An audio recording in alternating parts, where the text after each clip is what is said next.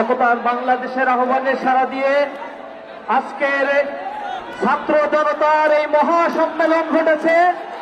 এই সম্মেলন এই বার্তা দিচ্ছে আমাদের এই বাংলাদেশ একটি স্বাধীন সার্বভৌম মানবিক মূল্যবোধের একটি বাংলাদেশ।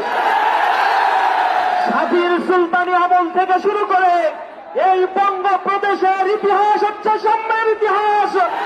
এখানে সাম্প্রদায়িকতার কোন স্থান নেই। এখানে যারাই এ সকল পুঁজি করে মানুষের মাঝে বিবাদ সৃষ্টি করেছে তাদের একমাত্র উদ্দেশ্য হচ্ছে এ দেশের অগ্রগতিকে থামিয়ে দিয়ে এক নির্লক্ষ্য পরায়ণ করা। গত 5 আগস্ট আপনারা দেখেছেন নতুন